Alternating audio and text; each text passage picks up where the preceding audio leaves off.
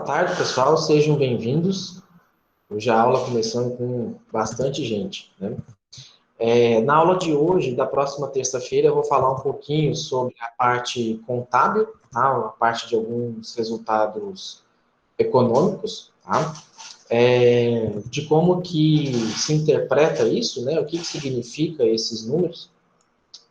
Da aula 5 até vou fazer uma pequena modificação no slide para incluir um ponto mais didático da parte dos indicadores, mas é bem tranquilo, é só para vocês saberem como lançar e como interpretar esses números numa eventual planilha, no local de controle, tá? Então, na aula de hoje, especificamente, a gente vai falar sobre o planejamento e alguns relatórios financeiros que são gerados aí por conta do planejamento, né? Então, eu começo falando uma frase da Colense, né, e outros autores, que diz que toda ação realizada por uma empresa, ou uma fazenda, uma organização, entendam dessa maneira, ela se resume em controlar a entrada ou saída de dinheiro. Tá? Nesse jogo de entra e sai de dinheiro, o planejamento financeiro mostra a sua importância porque permite perceber bem antes quando e quanto vai faltar ou sobrar determinado recurso. Tá? Eu começo com essa afirmação porque às vezes eu vejo algumas pessoas, né, correndo atrás de dinheiro, trabalhando muito, acordando cedo, dormindo tarde, né, e na nossa vida a gente tem um paradigma, né, que é assim, quando a gente é novo, é novo, né, não tem idade, tem tempo, mas não tem dinheiro. Aí quando a gente já fica adulto, a gente, né, tem a idade ali mediana, não tem tempo, está correndo atrás de dinheiro. E quando é mais de idade, né, às vezes tem dinheiro, mas não tem idade, e às vezes não tem tempo, o tempo que tem é cuidando da saúde e tal. Então é difícil conciliar, né, essas três coisas. E assim, do ponto de vista financeiro, né, é muito comum às vezes vocês verem, fulano ficou rico, ciclano ficou rico, né? Tem basicamente duas formas de ficar rico, né? E se eu disser para você que é muito simples ficar rico, acho que a maioria aqui não acreditaria ou me trucaria, né? Por conta dessa afirmação. Mas o ficar rico, né, tem uma fórmula só, que é você gastar menos do que você ganha, né? Ou você tentar ter menos gasto do que você tem de receita. Falar, professor, mas é fácil falar. Não, eu sei que parece muito simples, tá? A questão é que eu já trabalho com matemática financeira, com administração financeira tem um tempo, e em algumas pesquisas que eu já fiz, a maioria das pessoas não fazem planilhas de controle. Se você perguntar assim, quanto que você ganha? Mais ou menos ela sabe ali responder. Mas quando eu pergunto assim para ela, quanto que você gasta? Ela muitas vezes não sabe responder. Tá? E uma das coisas que eu vejo muito acontecer é um descontrole financeiro, justamente por não saber o quanto gasta e como está gastando o dinheiro. Tá? Então, você criar, dentro da administração pública, ela não pode gastar o dinheiro assim de maneira aleatória. Um determinado prefeito, um governador, um presidente, ele não pode gastar dinheiro de qualquer jeito, de qualquer forma. Ele tem elementos de despesa, ele tem grupos de despesa da qual ele pode fazer o gasto daquilo que ele arrecada. Então, da mesma maneira, no privado a gente deveria adotar esses limites, né? Então, eu particularmente faço uso, eu tenho um valor máximo que eu gasto de mercado por mês, um valor máximo de combustível por mês, né? Professor, mas tem as despesas imprevisíveis, né? Claro que tem, sempre vai ter, né? E por isso eu tenho uma conta também, um elemento de despesa, vamos chamar assim, que é justamente para despesas imprevisíveis, né? E quando você começa a controlar as despesas, né, por esses limites, ou colocando alguns limites, é quando você começa, ou pelo menos tenta fazer com que você gaste menos do que você ganha. E ainda que a diferença seja pouca, é uma diferença positiva. E é essa a ideia que as pessoas ricas acabam tendo. Às vezes tem gente que eu vejo falar assim, ah, fulano é muquirana, ele tem dinheiro, anda de Hilux e não gasta com nada. Aí, às vezes, eu penso assim, né? Ah, ele tem a Hilux justamente porque ele não gasta com nada. Ele tem a casa dele porque ele, né, é daquele jeito. Aí tem aqueles exagerados também, né? Que às vezes junta dinheiro a vida toda, morre o dinheiro, vai para genro, vai para nora, vai para filho, né? Vai para outras pessoas. Então, né, a vida é feita de equilíbrio e por isso é importante a gente sempre tentar identificar e tentar ter o máximo de equilíbrio possível, tá? E aí eu venho com outro questionamento, né? O que é necessário para quebrar uma fazenda ou uma empresa, né? Como é que se quebra uma fazenda ou como é que se quebra uma empresa, tá? Do ponto de vista contábil, tá? Você tem duas coisas que têm que ser observadas. Uma é a situação de caixa, que é aquilo que você tem de disponibilidade, né, imediata, ou que a gente chama também situação de liquidez, tá? Uma situação de liquidez é quando eu tenho recebíveis, né, dinheiro, de cartão para entrar, um cheque que eu peguei pré-datado que vai entrar ali, né, uma venda que eu fiz de um produto, um gado, que foi via contrato, eu sei que vai entrar naquela data.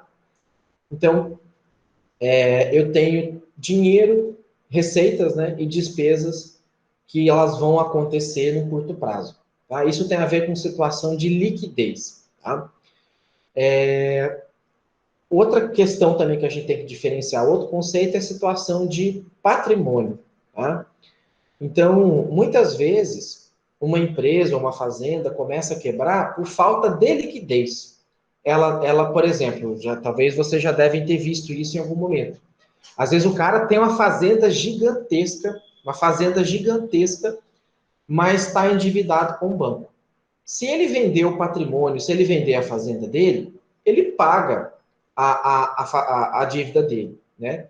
Quando a gente fala de patrimônio, a gente está falando de solvência, tá? Então, liquidez tem a ver com curto prazo, com a utilização de recursos aí mais rápido, né? Dinheiro, banco, cheque, cartão. E quando a gente fala de solvência, a gente está falando de pagar com patrimônio ou parte do patrimônio, tá? Então, o que quebra uma empresa não é a situação de solvência, não é ela ter o patrimônio ou não. O que quebra uma empresa ou uma fazenda, o que começa a quebrar uma empresa, é a falta de disponibilidade de recurso imediato. Então, às vezes, eu até tenho dinheiro para entrar na semana que vem, porém, as minhas contas estão vencendo nessa semana. Tá? Quando atrasa um pouquinho ali, uma semana, 10, 15, 20 dias, isso às vezes chega a ser até meio natural, não é preocupante. Porém, quando isso vai se agravando, e quando às vezes você começa a pegar um empréstimo para pagar outro empréstimo, aí já é um sinal de possível insolvência. Esse sim significa que se você quebrar, você dificilmente vai recuperar. Você vai ter que desfazer do seu patrimônio para né, prosseguir com a vida, para poder prosseguir com parte ou tentar salvar parte do negócio. Tá? Então, o planejamento financeiro ele é um dos tipos de planejamento estratégico, ele faz parte do planejamento estratégico, mas não é isolado. Tá? O planejamento estratégico não é só financeiro, ele é uma série de medidas, o financeiro é uma delas. E ele diz respeito a uma transformação e análise de alguns dados financeiros a fim de se verificar a situação financeira da empresa. Tá? Então, é como se você fizesse o diagnóstico da bufunfa dela lá, do dinheiro, como ela está. Então, ele permite uma avaliação da capacidade produtiva, administrativa, de venda, além de indicar uma necessidade ou não necessidade de obter financiamento. Tá? Às vezes fala assim, professor, eu tenho dinheiro para fazer a minha lavoura esse ano, né? Mas o banco me empresta esse dinheiro também. E aí, eu uso meu dinheiro ou eu pego o dinheiro emprestado? Eu vou falar para vocês assim, depende. Se você conseguir um dinheiro emprestado, por exemplo, da FCO, que tem taxa de 4, 5% de juros ao ano, tá? E você pega, e mesmo você tendo dinheiro, às vezes compensa você aplicar o seu dinheiro no banco, que vai te dar um retorno de 7, 8, 10, 11, 12% ao ano. E com o rendimento desse dinheiro e pagando as prestações, né, do financiamento que você for pegar. Agora, se você tem o dinheiro e está em dúvida de usar o seu dinheiro ou pegar um dinheiro no banco que jura muito caro, aí compensa usar o seu dinheiro. Tá? Tem uma regra que é o seguinte: quanto mais você puder trabalhar com o dinheiro dos outros, desde que seja viável, melhor. Quando eu falo dinheiro dos outros, eu estou falando de um fornecedor. Tá? Você comprou uma determinada mercadoria, você comprou uma semente para um pasto. O fornecedor te deu 60 dias para você pagar. Isso significa que você fez um empréstimo com esse fornecedor. Ele te deu dinheiro através de semente de pastagem e te deu um prazo de 60 dias para pagar. Quanto que você tirou do seu caixa para comprar essa semente? Zero. Você vai tirar daqui 60 dias. Tá? Aí o que acontece de errado com a maioria das pessoas é que ela pega o dinheiro da pastagem e gasta com outra coisa. Aí chega no dia de pagar, não tem. Tá? Então, às vezes compensa reservar, fazer uma aplicação financeira para resgatar em 60 dias, para ter certeza que você não vai usar esse dinheiro para outra coisa. Tá? Nesse planejamento financeiro, também permite que o empresário ou o gestor, ao visualizar a situação da empresa, planeje melhor as suas ações. Então, se eu tenho dinheiro para comprar ali aquela semente de pastagem, por exemplo, às vezes compensa eu ver. Se a pessoa, por exemplo, falar assim, que à vista não tem nenhum desconto, para que eu vou pegar o meu dinheiro e já pagar ali? Ora, eu posso ir lá, pegar esse dinheiro, aplicar no banco, que vai ter um jurozinho, e daí 60 dias ir lá e pagar. Né? Na média, aí, um investimento desse para 60 dias dá uns 2, 3% de retorno. Então, só compensa você pagar à vista se você tiver um desconto de pelo menos 4 ou 5%. Qualquer coisa acima disso compensa comprar à vista. Qualquer coisa abaixo disso compensa você aplicar o dinheiro, comprar a prazo e pagar depois. Tá?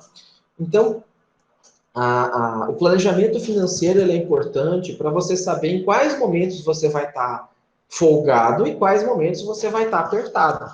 E como lidar também com essas situações de aperto. Né? Então, uma coisa é você teve um problema financeiro, né, intempestivo, um problema esporádico, né, um cheque que você contava que ia entrar, não entrou, aí suas contas começam, né, a prorrogar. Liga para o fornecedor, explica o que está acontecendo, dá uma satisfação e não espera ele cobrar de você. Isso ajuda bastante. Tá? E só não funciona com banco, que banco tem um sistema de cobrança automático lá, então não vai adiantar muito. Tá? Mas para uma loja de produto agropecuário, para um fazendeiro conhecido, né, para quem você conhece mesmo a pessoa, isso é muito importante. Tá? E o instrumento para se obter a sustentabilidade econômica e financeira da empresa é o planejamento financeiro. Porque através dele você consegue, de fato, ter uma real noção do que está acontecendo e se a atividade é, de fato, economicamente viável. Né? Uma coisa é você passar aperto por uma semana, um mês. Outra coisa é você passar aperto por ano, durante um ano inteiro. Né? Ou 2 anos, 3 anos, vem se alongando há muito tempo. Tá? Uma empresa sustentável, tá? Ela apresenta sustentável do ponto de vista financeiro, tá? Não estou falando sustentável aqui do ponto de vista ambiental, tá? Ela apresenta um faturamento capaz de cobrir o quê? Os custos operacionais e financeiros, tá? A inflação do período, riscos inerentes ao negócio, como inadimplência, roubo, perda, depreciação, que é a perda natural. Você compra um trator, ele vai dar despesa. Talvez no primeiro ano não, mas segundo ano, terceiro ano, ele começa a quebrar, começa a ter que gastar com revisão. É uma peça ali que precisa trocar naturalmente, tá? É pneu, entre outras coisas. Também tem que observar um excedente financeiro, né? Fazer sobrar um dinheiro ali para investimento e para uma expansão futura. E também, obviamente, para cobrir alguns imprevistos. Tá? Então, o ideal é que uma empresa tenha pelo menos uma reserva de 20% do faturamento anual dela para cobrir esses tipos de custos e outros gastos. Tá? Então, deixa eu explicar para vocês também algumas diferenças de nomenclatura. Gasto é o conjunto geral de despesa, de custo, de investimento, tudo que eu gero desembolso, tá? Deixa eu pegar aqui suponha que esse bloquinho aqui é um bloquinho de dinheiro, tá? Tudo que gera desembolso é o que a gente chama de gasto, tá? Custo é tudo aquilo que relaciona com o processo produtivo até ele chegar ao ponto de estar pronto para ser vendido, tá? Então, por exemplo, qual que é o custo de um bezerro? A partir do momento da inseminação da vaca até esse bezerro estar pronto para ser vendido, né, anunciado à venda, digamos assim, tudo isso é custo, tá? A partir do momento que você vendeu o que ele está disponível para venda, aí é despesa. E por que é importante ser correta dessa classificação? Custo, muitas vezes você não tem como cortar. Cortar custo é muito difícil. Às vezes você escuta as pessoas falar, vamos cortar custo. É muito difícil, tá? O que você costuma cortar é despesa, tá? Outra característica também é que o custo ele é muito relacionado a um produto ou um serviço em si. Então, você vincula esse custo a um centro de custo, digamos assim. Então, no caso, vincula o custo a um bezerro, tá? Despesa, geralmente, é algo que é geral. Então, você tem, por exemplo, um gasto com energia, que é uma despesa, né? Às vezes, dá para separar a energia, ela pode ser custo e despesa. Tá? Em que momento? Quando você tem um gasto com energia, numa leitearia mecanizada, por exemplo, é um custo, tá? É o custo que vai ser vinculado ao leite. Quando você tem a despesa com energia da fazenda ali, de iluminação, da televisão que você assiste à noite e tal, isso já é uma despesa, tá?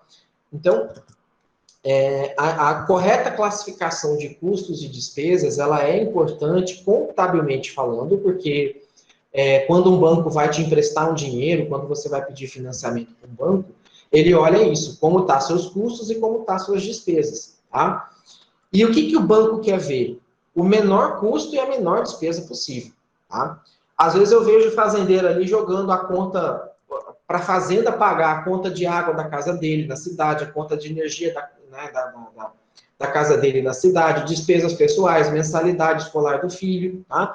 O banco vai falar assim, eu não vou emprestar dinheiro para essa pessoa aqui, porque ele está pegando o dinheiro da fazenda e não está separando corretamente e está tendo despesa estranha, ou custo estranho, ao que deveria ter, tá? Então, e isso por quê? Porque o banco sabe que mesmo sem intempérie, mesmo sem um problema nenhum externo, toda atividade comercial envolve riscos, né? De inflação, inadimplência, roubo, tá? Perda, vinculada a clima, né? Igual a gente está acompanhando, pandemia, né? Que a gente está vivenciando, entre outras coisas. Então, quando um banco te pede, ele te faz uma entrevista, ele te pede, a gente vai tratar disso nas unidades 8 e 9, se eu não me engano, na unidade 4, na verdade, com as aulas 8 e 9. Ele vai te pedir algumas informações e ele quer saber, sim, o seu estilo de vida, ou o estilo do seu negócio. E quanto mais sustentável do ponto de vista financeiro, e alguns bancos, como, por exemplo, o Banco da Amazônia, Sicredi, Banco do Brasil, né, que além da sustentabilidade financeira, também exige uma sustentabilidade ambiental, né? Então, como que você descarta seus resíduos, como que você faz reaproveitamento ou reutilização de água. Você tem um rio gigantesco, um rio Amazonas dentro da sua fazenda, mas ele quer que você coloque lá que você capta a água da chuva e usa para regar a planta do seu jardim. O banco adora isso, tá? Assim, de um jeito brincalhão, né, falando aqui, mas ele adora que você faça compostagem de plantas, né, de restos de alimento, né, isso é um bônus para projetos de financiamento, tá? E aí a gente tem também, dentro do planejamento financeiro, uma outra ferramenta que são os relatórios financeiros. Então, o planejamento financeiro, ele pode ser feito mediante um relatório financeiro, e esse relatório deve ser feito com uma certa regularidade e temporalidade. Vocês lembram que no semestre passado, quando a gente falou dos sistemas de informação gerencial, né? Eu mostrei lá o Sisbov, mostrei o ProRural, da Emater, né? esses sistemas, eles geram relatórios que servem para quê? Para o empresário, para o gestor tomar decisões. Então, não adianta você gerar relatório e não fazer uso desse relatório. Tá? E também não adianta eu vou alimentar o sistema, hoje eu alimento, amanhã não, daí 3, 4 dias depois eu alimento, depois não. Então, um relatório financeiro, ele precisa contar a história verdadeira. Para ele poder contar a história verdadeira, ele precisa que você informe ele verdadeiramente os dados ou as informações, né? Com a maior precisão possível. Tá? E você não pode, o dado do mês inteiro eu vou lançar aqui de uma vez. Não é o ideal. Tá? Eu vou lançar aqui de qualquer jeito, eu vou classificar de qualquer jeito, só para falar que eu estou lançando as informações. Não pode também, não deveria. Tá? Eu também comentei com vocês, no semestre passado, que pior do que você não ter uma informação é você ter uma informação errada. Tá? O Eli levantou a mão aqui e a Maida também, pode falar.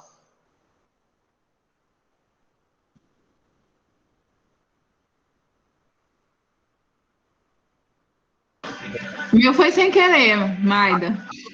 Beleza, tá jóia, tranquilo. Então, vou dar sequência aqui, qualquer coisa é só me interromper, tá? Então, essa regularidade, ela tem que ser meio que constante, ela tem que ser frequente. Não adianta eu fazer, de vez em quando, eu fazer de qualquer jeito, tá? Tem que ser feito com frequência, com regularidade, tá? E também é importante que você coloque a data que isso foi feito, né? Ou a data que os dados foram revisados. Por quê? Tá? Se eu pegar um relatório, tá? Peguei aqui um relatório de vendas da minha fazenda do ano passado, tá? E aí, nesse relatório, na verdade, eu vou ter as vendas e as despesas detalhadamente. Eu vou ver dentro desse relatório quais são os meses em que eu tive mais folga e quais são os meses que eu passei mais apertado. E aí eu tento, para esse ano, me ajustar de maneira que eu, se precisar passar apertado, passe menos ou passe mais tranquilo do que no ano anterior. Tá? Eu vou dar um exemplo aqui, não é um exemplo do campo, mas é um exemplo do dia a dia, talvez seja mais fácil para vocês fixarem. Eu já comentei aqui com vocês né, acho que já, minha sogra mexe com bolo, doce, festa, essas coisas assim. E, para ela, os meses de março e abril, os meses de outubro, deixa eu ver qual mais aqui, setembro, outubro e novembro, são os melhores meses de venda, assim, de bolo, de festa. E maio também, tem muito casamento em maio. Não sei o que dá nas mulheres aí, o que dá nos casais, mas maio é o mês que chove casamento, tá? E por conta disso, né, ela sabe que nesses meses, ela só pega encomenda se de fato a pessoa reservar a data e pagar antecipado. Porque ela chega a recusar muita encomenda, tá? Por conta de demanda mesmo que acontece nesses meses. Em contrapartida, os meses de janeiro, fevereiro, agosto, tinha mais um. E às vezes dezembro, né, por causa de férias, final de ano e tal, são meses ruins. São meses que as vendas caem bastante. E aí, onde é que ela controla isso? Né? No estoque dela. Então, para os meses em que ela tem um número de venda maior, ela mantém o estoque dela mais elevado. Nos meses que ela não vende muito, ela não faz estoque, ela vive de comprar, faz a compra da semana ali para atender as encomendas. Então, ela não faz estoque, tá? Então, acho que é isso, Raquel, só pode, porque não tem cabimento, assim, maio ela chega a fazer em torno de 40, 45 bolos de casamento, aqueles bolos de 2, 3 andares, torta, aquela coisa toda, né? Mesmo com pandemia, o pessoal tem casado. Na verdade, acho que por causa da pandemia aumentou bastante o número de casamentos, mas bolinho pequeno, né? Antes as pessoas evitavam casar porque tinha que chamar a família inteira, né? Eu não sei se a família de vocês é igual a minha, que é meio com a família Buscapé, que tem 50 parentes de um lado, 50 parentes do outro, e você vai fazer uma festa só para a família, é uma festa para 100 pessoas, né? E aí as pessoas estão usando da pandemia para casar, porque aí faz festa para 5, 10 pessoas, porque não pode aglomerar, né? Então fica a dica aí para quem está enrolando namorado ou namorada, tá? Então, nesse contexto, né, de planejamento, de ter um sistema que eu com muito custo fiz ela usar, ela descobriu, né, o quanto custa 1 quilo de um bolo, até que preço ela pode baixar, porque, por exemplo, já teve várias vezes dela me ligar assim, desesperada, um cento de um doce, por exemplo, um brigadeiro, geralmente ela vende aqui por 120, 130 reais o centro de um brigadeiro, né?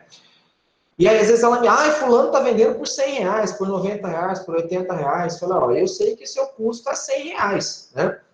O custo com despesa, né, com todos esses itens que eu comentei, né, com lucro, com reserva de contingência, é 100 reais. Então, 105 em diante, você pode vender tranquilo. Agora, abaixo disso, não. Abaixo disso, a pessoa está tendo prejuízo. Ela não sabe, mas está tendo prejuízo, tá? E você só tem confiança, né, nisso depois que você conhece, você começa a fazer as anotações, né? Então, é importante você conhecer o custo, né? Então, para eu saber quanto custou 1 quilo de bolo, eu peguei, né, cada um dos ingredientes, vai 200 gramas de farinha, vai 4 ovos, e tem gato brigando, tem gato. Vai 4 ovos, vai leite, vai isso, vai aquilo, vai energia, vai gás, né, embalagem, mão de obra dela, né? Então, por exemplo, eu coloquei que 1 hora técnica dela em torno de 60 reais, 70 reais, por exemplo, né? Então, quanto tempo de trabalho dela é dedicado para isso, tá? Então, quando você chega e calcula o custo disso, você sabe até que ponto você pode vender ou não. E aí você torce para o seu concorrente vender mais barato, porque quanto mais ele vender, mais rápido ele vai quebrar. Então eu falei para ela, você não tem que ficar preocupado, você tem que torcer para ele vender mesmo o centro de brigadeiro a 70, 80 reais, porque ele vai quebrar. Incentiva ele a vender nesse valor, porque ele vai quebrar, tá? Então, a importância de você ter as datas é para isso. Você sabe um contexto histórico e você começa a saber quando é o mês que dá para você até mesmo dar uma aumentadinha ali, né? Às vezes, no mês de maio, ela costuma aumentar o preço do bolo, justamente para que tenha uma sobrinha para pagar as outras despesas, 13º final do ano, aquela coisa toda. Então, assim, em maio você já está prevendo o pagamento de 13º de funcionário lá no final do ano, tá? E para essa realização, né, para que você tenha relatórios financeiros, você precisa dos dados e das informações relevantes, e isso remete lá à disciplina passada de tecnologia da informação e comunicação. Você precisa de uma organização correta sua, ou da empresa, da fazenda, do local que você trabalha, porque não dá para você pegar informação aleatória, bagunçada, tá? Solta, tá? E também envolve a necessidade de um poder de análise, envolve a necessidade de você olhar para aquele monte de número e extrair informação dele, extrair se a informação é boa, é ruim, se isso vem numa tendência ascendente ou uma tendência crescente, ou uma tendência descendente ou decrescente, né? Você está indo para uma tendência boa ou ruim, tá? E aí é o poder da análise que vai do feeling de cada um, que vai da habilidade de cada um, tá? Algumas pessoas fazem isso com maestria, tá? Tem gente, eu sempre falo assim, que minha mãe sempre foi professora, minha mãe é formada em biologia, aposentou como professora de biologia, mas minha mãe tem um tino, assim, para negócio impressionante, né? Ela consegue vender coisa com uma facilidade, ela consegue ter noção de negócio, assim, muito boa. Já a minha esposa já nem tanto, ela tem uma certa dificuldade ali, né, com a minha sogra também, então às vezes eu tenho que ficar de olho, acompanhando, porque senão dá umas derrapadas na curva aí de vez em quando, tá? E esses relatórios financeiros, né, os principais, tem vários, vai ter 200 tipos de relatório financeiro, mas os principais são esses 5 aqui. Controle sobre a venda, então você precisa saber como estão as vendas, tá? Professor, por que eu tenho que saber como é que estão as vendas? Porque, olha só, já aconteceu, aí vou pegar de novo o exemplo da minha sogra, tá? Da minha sogra ela anuncia muito pelo Facebook, ela faz maior parte dos clientes que chegam nela é através do boca a boca ou rede social, tá? E aí, às vezes, quando ela posta um bolo que ela fez, um doce diferente que ela fez, as pessoas ligam querendo encomendar, né? Então, por mais que a rede social seja boa, né? Se eu sei que eu estou com umas vendas que satisfazem as minhas despesas, eu não tenho, que o problema da minha sogra é esse. Às vezes ela opera na capacidade máxima e não tem como ela vender mais. Então, se ela não tem como vender mais, por que ela vai ficar fazendo propaganda de produto dela, que uma das consequências é o aumento de venda? Tá? Então, o controle sobre a venda é para isso, é para você saber também qual é o período do mês, do ano que você mais vende, e por isso você tem que dar determinada atenção.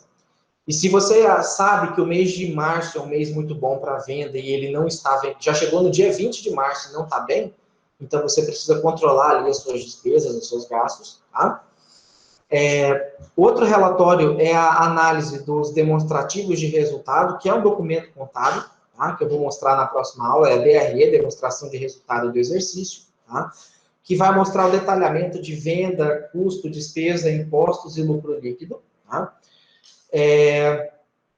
O terceiro relatório é o controle de caixa do movimento realizado. É importante você saber ter esse controle de caixa para você saber quais são os dias da semana, né, que você tem um maior agrupamento de despesa, né, ou do mês, quando é que concentra ali.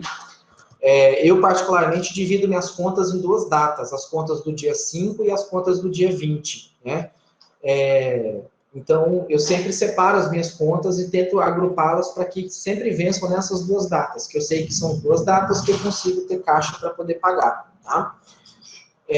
O fluxo de caixa e controle de estoque, né? Então, o caixa e o estoque, eles estão intimamente relacionados, tá? Por quê? Antigamente, eu lembro, né? Meu pai mexia com uma distribuidora, era uma cerealista, era uma máquina de beneficiar arroz, que depois virou distribuidora. E eu lembro, às vezes, dele recebendo uns parentes lá de Minas, que via passar Natal, Ano Novo aqui, e para ele, para esses parentes de fora, a empresa ia bem quando mantia altos estoques. Quando chegava lá e estava um monte de saco de arroz assim empilhado, parecia que aquilo dava a impressão que a empresa estava rasgando dinheiro, estava sobrando dinheiro. Tá? Porém, essa ideia de estoque muito alto, muito elevado, ela é altamente refutada hoje na administração, ela é altamente questionável hoje na administração. Tá? Por quê? Porque é ilógico você manter estoque elevado, a não ser que você vive num período de alta inflação, ou que você está querendo se preservar, tá? Ou você está querendo fazer dinheiro com isso. Por exemplo, a safra da cana-de-açúcar ali, salvo engano, vocês me corrigem se eu estiver errado, mas ela costuma terminar ali em outubro, novembro, dezembro. E você não tem produção de açúcar nos meses de dezembro, janeiro, fevereiro, março, acho que lá para final de março, abril, que volta a fabricação de açúcar, né? Começa a colheita da cana e volta a moer a cana e fabricar o açúcar. E geralmente o açúcar ele sobe nesse período. Por quê? Porque não tem fabricação de açúcar nesse período. Tá? Então, às vezes, o mercado compra um estoque mais alto de açúcar porque ele sabe que o preço vai subir. Tudo bem, aí tá ok, tá correto. Agora, você fazer um estoque alto desse produto, né? Igual, vou abastecer o meu veículo hoje, né? Porque o preço está subindo. É um risco, porque a chance dele cair na outra semana com lockdown e tal é grande. Tá? A gasolina está subindo, porque é uma política de preço governamental, né? Que tende a fixar preço em dólar e acompanhar o preço, não de custo dela, mas do mercado internacional. Então, infelizmente, a gasolina não deve baixar tão cedo. O etanol pode ser que baixe, porque com lockdown e menos pessoas andando de veículo, e tem muito veículo flex, pode ser que a demanda diminua, e aí para compensar, para vender, eles abaixam o preço. E aí qual que é a relação, só para finalizar aqui o 2.4? Quando você compra esse açúcar, você vai comprar ele para pagar em 15 dias, 20 dias, 30 dias, tá? E aí, você vai precisar de caixa para poder pagar esse açúcar, tá? Você vai ter que tirar dinheiro de algum lugar para pagar. Né? O correto seria você comprar o açúcar, vender e receber antes de você pagar o boleto dele. Só que não é isso que acontece na prática, tá? E o ideal, né, é as empresas trabalharem com a metodologia japonesa, japonesa-americana, né, chamada just in time, né, ou no tempo certo, em que você trabalha o estoque tão baixo que ele é tão baixo a ponto de não faltar para o cliente e nem tão alto a ponto de enforcar o seu caixa, tá? Então, o ideal de uma fazenda, de uma empresa, é que você comprasse a prazo, né? E você conseguisse vender e receber esse produto antes de você pagar a sua conta a prazo. Tá? Porque aí você trabalhou com um capital zero, você trabalhou com o dinheiro dos outros, e não com o dinheiro seu. Tá? Quando você compra a prazo e ainda não vendeu, ou vendeu, mas ainda não recebeu, você precisa ter o dinheiro para ir lá e pagar. E aí, quando você receber, você vai lá e devolve o seu dinheiro. Tá? E é aí onde muitas empresas começam a quebrar.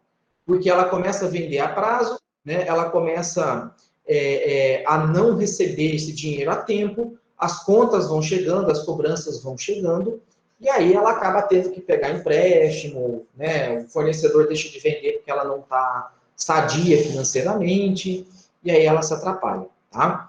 Então, por isso que você tem que ter um controle. Paloma, a Paloma perguntou aqui, né? Como que a gente sabe essa quantidade de estoque perfeito, tá? Existe, Paloma, softwares que calcula isso automaticamente, tá? Mas tem algumas fórmulas simples que você pode calcular isso manualmente, tá? Uma delas é o seguinte, aí eu vou dar um exemplo também da distribuidora da minha família, mas dá para vocês adaptarem esse exemplo para qualquer coisa. Chegou num dado momento em que não compensava a gente comprar o arroz em casca, beneficiar, né, descascar ele, polir, limpar, separar, embalar ele, tá? Para a gente comprar arroz em casca e fabricar o nosso arroz, embalar com o arroz da marca da minha família, eu ganhava em torno de R$ 3 num fardo de arroz. E para eu comprar aquele arroz Cobens, ou Três Moinhos, que é o arroz da Urbana Agroindustrial, que vem lá de Sinop, pronto, já enfardadinho, só para eu revender, eu ganhava R$ 6. Tá? Então, eu não tinha gasto com funcionário, não tinha com tanto funcionário, né? Com energia, com frete, com caminhão, com chapa para carregar e descarregar esse arroz a granel, né? Em casca. Então, e a Urbano, eu fazia o pedido na quinta ou sexta-feira, e toda segunda-feira, esse caminhão estava aqui entregando a mercadoria que eu pedi na quinta ou sexta-feira. Era perfeito, era muito fácil de trabalhar com eles, porque era sagrado. Segunda-feira de manhã, o caminhão encostava na empresa lá da minha família para descarregar. E aí, como é que eu sei a quantidade de estoque perfeito? Né? Com base nos meus registros corretos, eu sabia que na primeira semana do mês eu vendia numa média de 150 fardos de arroz. Na segunda semana, eu vendia uns 130. Na terceira semana, eu vendia uns 100. E na quarta semana, eu vendia uns 60, 70. Que vai chegando no final do mês, as pessoas gastam menos e aí a venda diminui. Aí, um ou outro final de mês, o pessoal aumentava a compra de arroz, já prevendo o início do outro mês. Tá? Então, eu sabia que o máximo de arroz que eu venderia numa semana é 150 fardos. E o mínimo de arroz, mínimo ali que eu vendia durante a semana, era uns 80 fardos, né? 70, 80, por aí. Então, o estoque que eu mantia lá era mais ou menos em torno de 150 fardos, tá?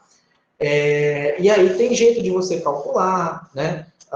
E aí a cada semana, por exemplo, vendeu 80, ia lá e pedia para repor 80, 70, né? Vendeu 50, ia lá e pedia para repor mais 50, 60, tá?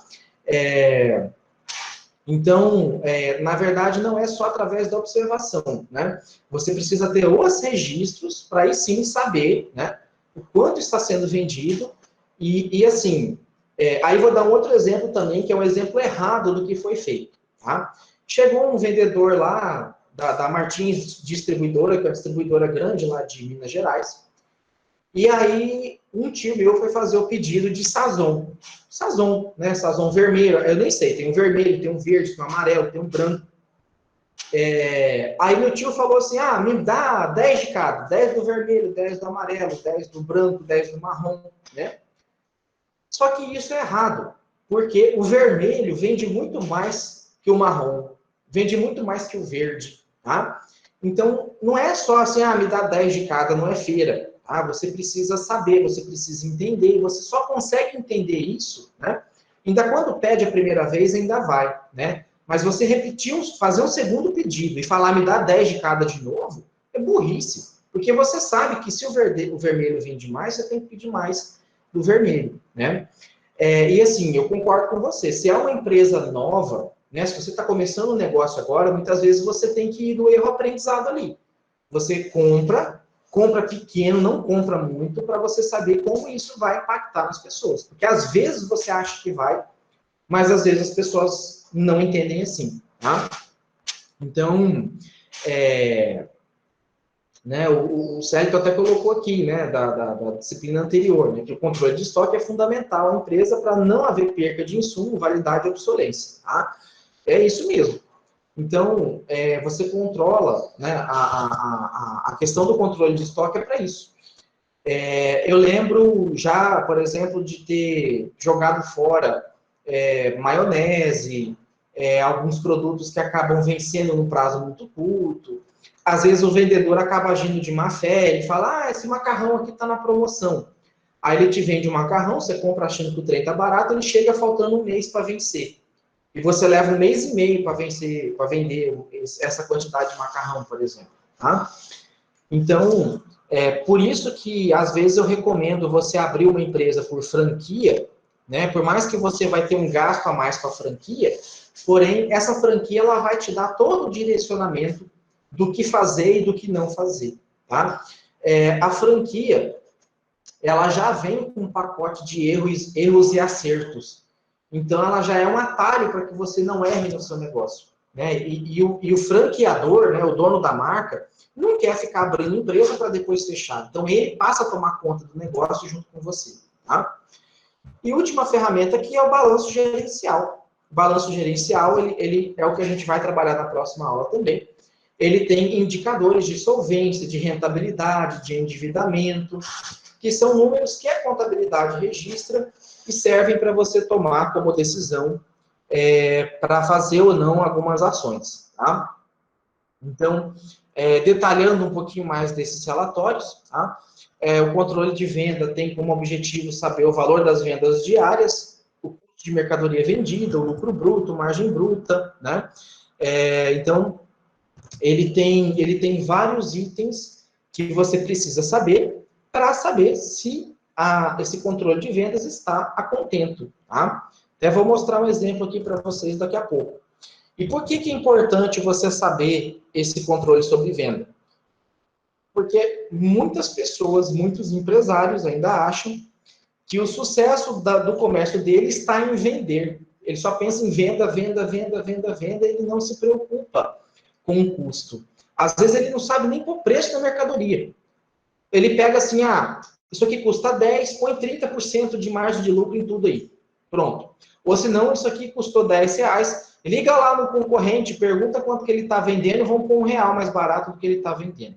Tá? Eu chego a me arrepiar quando eu escuto algo assim. Mas é muito frequente, é muito comum. Tá? Esse tipo de questão, né, do valor de venda, o custo, o lucro e a margem, é ele que vai dar, é ele que o banco olha para ver se a sua empresa é sustentável ou não. Tá? Qual é a diferença, por exemplo, de um supermercado para uma distribuidora? Um supermercado, ele tem uma margem de lucro de 30%, 40%, 50% em alguns produtos. Só que ele gira bem menos essa mercadoria. Uma distribuidora, ela tem geralmente um lucro de 10%, 15%, porque ela gira bem mais essa mercadoria. Tá? Então, o Célio até está colocando um exemplo aqui. Né? O consumo de ração, embora eu saiba como fazer ainda, há cálculos de consumo diário de ração por um determinado tempo estipulado. Né? Exatamente, certo. Então, assim, você sabe o quanto vale a pena estocar, por exemplo, de ração, qual é o consumo, né? O quanto você tem que estocar de mínimo para essa ração ser consumida, e qual que é o seu limite máximo de estoque? O quanto o seu caixa aguenta, o quanto você tem de caixa para poder aguentar esse estoque, e também o tempo de vencimento desse estoque. Né? Porque não adianta falar que você vai comprar um armazém inteiro, sendo que essa ração vai acabar, vai vencer em 6 meses. Né? Não adianta comprar estoque de 1 ano e armazenar esse estoque, sendo que ele vence aí em 6 meses. Tá? Então, o valor de venda é aquele valor bruto mesmo, é aquilo que é vendido, que o cliente paga para você. O custo é aquilo que custou de fato para ele ser produzido até o ponto dele chegar a ser vendido, estar pronto para ser vendido. O lucro é a diferença entre o custo e a mercadoria vendida, tá? O lucro bruto, tá? Sem considerar aqui as despesas ainda. E a margem de lucro é o quanto você está ganhando, qual é o percentual de ganho na venda desse produto. Tá? Por que é importante eu saber a margem de lucro? Porque às vezes, igual eu comentei na aula passada, você está se matando para ganhar 10% de lucro vendendo o leite in natura, né? O leite retirado ali direto, ordenhado direto da vaca. Aí, de repente, você começa a fazer queijo, né, com esse leite, e você vê que mesmo tendo um aumento de custo, mesmo tendo uma perda ali, né, de peso por causa do soro, que vai embora, aquela coisa toda, você ganha 30%, 40%, por exemplo, fazendo o queijo. Né? Então, dá muita diferença. Tá? E aí, novamente, eu dou outro exemplo aqui com uma empresa lá de doce da minha sogra. Ela também faz docinho decorado, só que ela gasta muito tempo para fazer esses bonequinhos, esses bichinhos decorados. 1 hora de trabalho dela, ela consegue fazer, vamos fazer uma conta redonda aí, 1 quilo de bolo. E 1 hora que ela vai ganhar aí uns R$ 20, mais ou menos. E 1 hora de trabalho dela fazendo docinho decorado, ela vai ganhar, sei lá, uns R$ 15, R$ 10 de docinho decorado. Então, não compensa ela deixar de fazer bolo para fazer docinho decorado. Ela só compensa ela fazer docinho decorado se ela não tiver bolo para fazer. Tá? Da mesma maneira, numa fazenda, por exemplo, tem coisa que às vezes não vale a pena. Né? É por isso que você tem que ver o quanto que você vai colocar de dinheiro e quanto vai retornar. Do mesmo exemplo desse do arroz que eu falei. Não adianta eu gastar R$ 100.000, né, para ter a minha marca de arroz, para ganhar R$ 3 de lucro num fardo, sendo que eu posso pegar esses mesmos R$ 100.000, comprar em arroz já pronto para revender, que eu vou ter um lucro, uma margem bruta, digamos assim, de R$ 6, né, ou 6% aí em cima dessa revenda desse produto. Tá? Aqui tem um exemplo, né, de um relatório financeiro de controle de venda de uma empresa de laticínio. Né? Então, aqui ele tem a data, o que foi vendido, né, deixa eu pegar aqui minha caneta, vou pegar um vermelho aqui, marca texto, vermelho, amarelo, vermelho. Então, aqui eu tenho a descrição, a data, o valor da venda, tá ligado? O custo, o lucro, a margem, tá?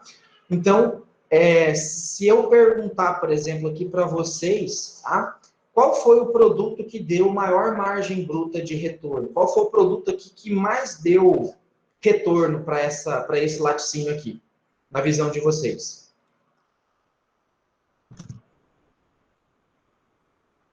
Pode responder no chat aí.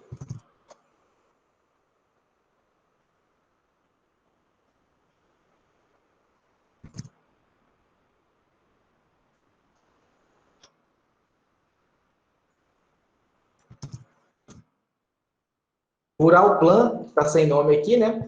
Colocou que é a manteiga. Tá? A manteiga deu uma margem aqui de 57,92. Porém, eu tenho aqui um iogurte de sacola com a margem de 63,40. Tá?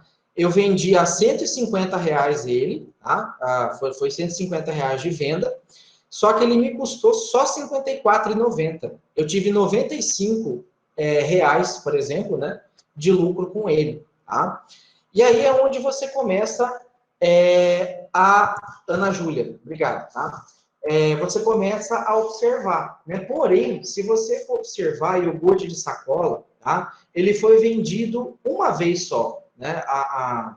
A manteiga, né, ainda que em tamanhos diferentes, ela vendeu um pouquinho mais, né? Então, geralmente tem isso. Às vezes você tem produto que vende menos, você ganha mais, produto que vende mais, você ganha menos, tá? Então, a ideia de você fazer um controle sobre venda desse é assim, bom, ainda que eu vendo pouco iogurte, né, eu preciso ter ele à disposição para vender, porque ele me dá um bom retorno, né?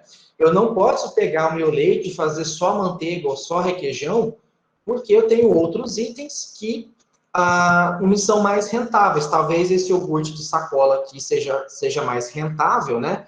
Tem uma margem maior, porque geralmente o iogurte é feito do soro, né? Que é um subproduto aí do leite, né? Então, essa é a ideia, de você observar os dados de venda ali e saber quanto está vendendo, quanto está custando, para poder ter uma comparação, tá? Esse aqui é um outro exemplo, né? É um exercício, né? Controle de venda, então considere os seguintes dados de uma empresa de laticínio. Tá? Ela tem 4 produtos aqui: doce de leite copo, doce de leite pote, queijo coalho em embalagem de 1 kg e manteiga de 200 gramas. Aqui ela tem o custo unitário de cada um desses itens, tá? Tem o preço de venda unitário de cada um desses itens e a quantidade de venda, ou que foi vendido durante o mês ou uma semana, né? Na verdade, aqui está durante o dia, né? Desses produtos aqui. Né? Então, ele quer saber, né, a partir dessas informações aqui, tá? Elabora o seguinte relatório de controle sobre a venda. Por conta do nosso tempo curto, né, eu já vou direto aqui na resposta, né, que depois vocês podem copiar, depois eu passo para vocês, porque no slide que eu botei para vocês não tem essas respostas aqui, tá? Mas é muito simples elaborar, né? Eu vou transcrever aqui, até coloquei na mesma sequência, tá? Para ficar mais fácil: doce de leite, copo, pote, né? Da onde que surgiu esse valor de venda aqui, 887,50, tá? Eu peguei 250, que foi a quantidade vendida, e multipliquei por 3,55, que é o preço de venda. Então, eu vendi 887,50. Da onde que saiu o custo total? Eu peguei 250, que foi a quantidade vendida, e multipliquei por 2,50, que era o custo dele. Tá? Da onde que surgiu o lucro bruto? Tá? O lucro bruto é a diferença do valor que eu vendi. Tá? O lucro bruto, ele vem, é o valor da venda menos o que custou esse produto. Tá? Aí eu tenho aqui o lucro bruto. Quanto que eu ganhei, quanto foi a minha receita, menos o meu custo. Aqui eu tenho o lucro bruto. Tá? Da onde que surgiu a margem? Tá? A margem, ela é o meu lucro bruto dividido, tá? Meu lucro bruto dividido pelo valor da venda vezes 100, para dar o resultado em percentual. Tá? Então, percebam que o item que foi mais vendido, ou que trouxe mais receita, foi qual? Foi o queijo coalho. Tá? O queijo coalho foi o que trouxe maior receita. Porém, na verdade, não foi o que foi mais rentável. Tá? Ele foi o segundo mais rentável aqui, que ele deu 36% de retorno. O mais rentável nesse quadro foi a manteiga, com 41%. Só que percebam que a manteiga, ela só vendeu R$ 267. Tá? Então, é isso que você tem que olhar nesses relatórios. Tá? Nem sempre aquele produto que te dá um retorno maior é aquele que de fato é o mais que precisa maior atenção, digamos assim. Tá? E aí é onde entra o planejamento estratégico. Ou eu sou muito bom em fazer manteiga e talvez deveria focar em só fazer manteiga, tá? E aí talvez eu paro de mexer com as outras coisas para focar em manteiga porque ela é o mais rentável. Ou eu começo, como estratégia, a aumentar o meu mix, porque apesar de ser menos rentável, eles ajudam a pingar dinheiro, ajudam a trazer dinheiro de outro canto. Tá? Então, e aí percebam, né, que tem muita empresa, né, ou muita organização que às vezes ela até foca, eu consigo entender ela focando a fazenda, mexendo com porco, com galinha, com morta, com lavoura, aquela coisa toda, né? Porque ela diversifica em razão da sustentabilidade dela, né? Porque ela já tem um grupo de cliente fixo que compra a carne do porco, que já compra os ovos, o frango caipira, né? Aquela coisa toda. Porém, você precisa organizar isso corretamente, porque às vezes você está ganhando dinheiro com a venda do frango caipira, por exemplo, mas a venda do ovo caipira é muito maior, muito mais rentável. E aí compensa você manter uma parte, né, reservada dos ovos aí para continuar lá a produção, né, fecundado, tudo, ou não, já compensa mais vender o frango, enfim, né, é isso que você tem que ver. Se compensa eu manter, né, o produto ou o subproduto ali, qual que vai ser o mais rentável, qual que eu vou conseguir ter o melhor resultado. Tá? Então, o demonstrativo de resultado, que é o que a gente vai ver com um pouco mais de detalhe na próxima aula, que é a DRE, ele apura se o resultado líquido mensal na empresa. Tá? É um controle mensal, e nele você desconta não só os custos, nele você desconta também as despesas financeiras, administrativas, tá? Impostos. Tá? Então, aqui eu tenho um exemplo, tá? Agora eu estou falando esses gatos hoje que estão atacados, não sei se vocês ouviram aí. Nessa DRE, tá? Que está um exemplo aqui, eu estou comparando os dados de outubro de 2019 com outubro de 2020, tá? E aí eu vou comparar o resultado dos 2 anos, do resultado de 2019 com o resultado de 2020. Então, em 2020, eu vendi 12 mil, enquanto que em 2019 eu vendi 18 mil. Já teve uma queda de venda aqui, né? Os custos, né, em termos de valores, eles reduziram, obviamente, porém, os custos estão na mesma proporção. Né? Os custos representam 62,5% das minhas vendas. Tá? A minha margem de lucro também manteve. Tá? Praticamente quase todos os itens aqui se mantiveram. A exceção que em 2020 eu ainda tive uma despesa financeira aqui de R$600. Né? E aí eu tive em 2020 um resultado, um prejuízo, né? Enquanto em outubro de 2019 eu tive um lucro de 1.440, e em outubro de 2020 eu tive um prejuízo de 1.500. Esse prejuízo não foi resultado só da venda ruim. Tá? Na verdade, ele foi o que contribuiu para esse resultado ruim. Uma despesa financeira que eu não tive em ano anterior, tá? Uma despesa fixa que também aumentou, está 40%, no outro ano foi 24,5%, tá? Tive um aumento de despesa fixa e tive uma diminuição de receita. Tá? Às vezes pode acontecer o seguinte, pessoal, um aumento de receita, porém um aumento de custo, um aumento de despesa, que faz com que eu ganhe menos do que no ano anterior. Tá? Falando como pessoa física, às vezes a pessoa tem um aumento de salário, ela muda a faixa do imposto de renda dela, e aí ela passa a ganhar mais assim na carteira, em valor bruto de salário, porém, por conta do aumento do INSS, ou às vezes do imposto de renda, o valor líquido é menor do que ela ganhava antes. Tá? Isso também é um efeito que pode acontecer. Tá?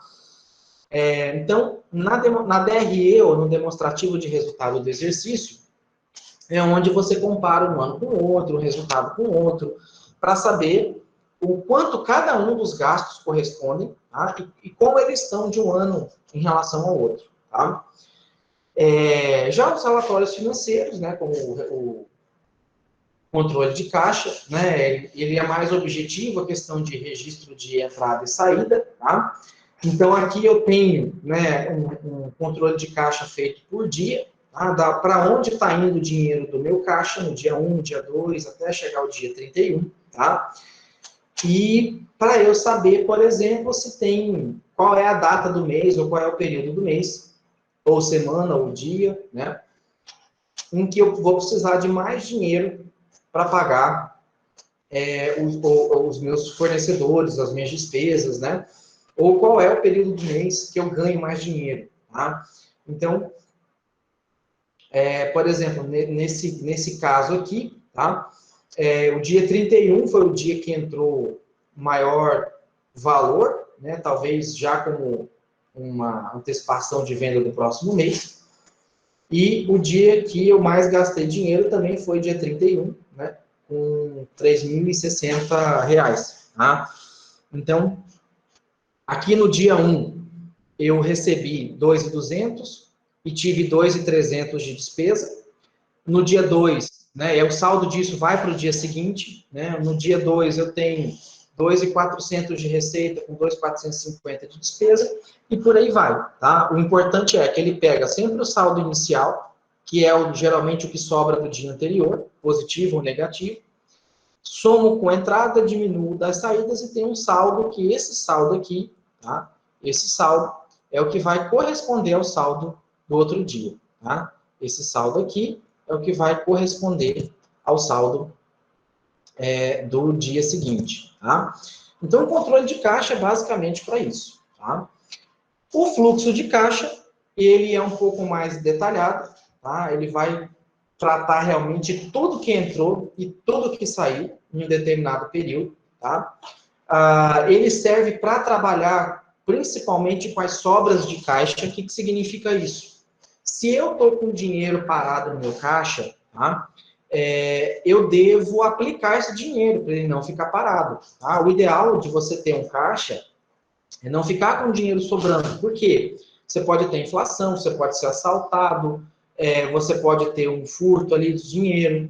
Então, o correto é o dinheiro ficar ali somente o necessário para pagar as contas, o resto tem que ser aplicado, né? E aí tomar cuidado com as aplicações, para não aplicar em investimentos que congelam ele, você não pode sacar dentro de 3 meses, 6 meses, tá? Para você poder ter ali um certo controlezinho e não deixar de pagar suas contas porque o dinheiro está aplicado, tá? O controle de estoque, né, conforme eu já mencionei, é um dos maiores desafios é manter a gestão de estoque adequada, né? Então, você não pode trabalhar ele nem tão alto para não enforcar o seu caixa e nem tão baixo a ponto de faltar, tá?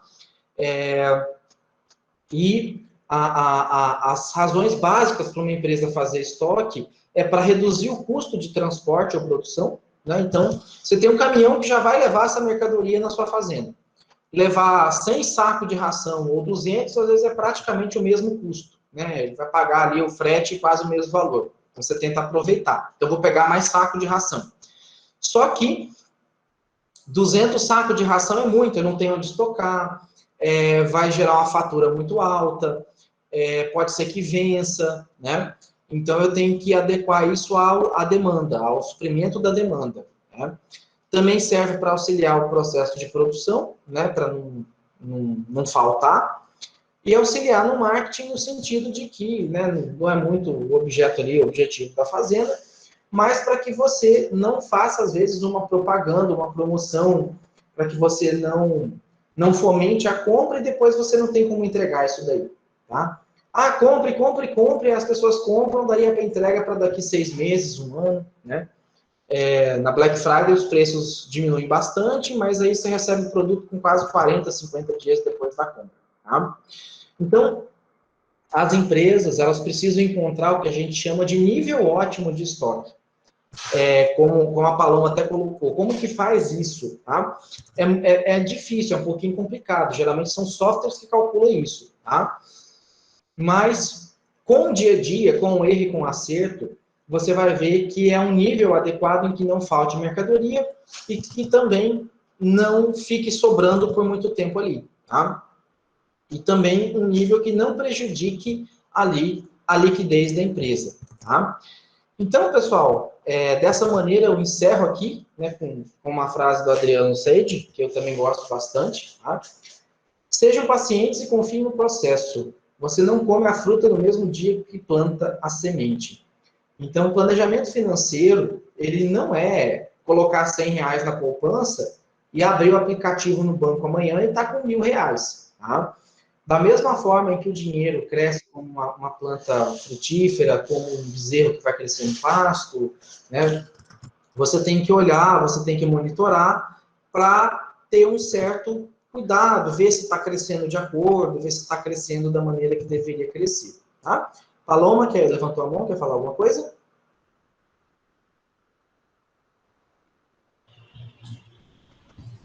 Eu levantei por engano. Tranquilo.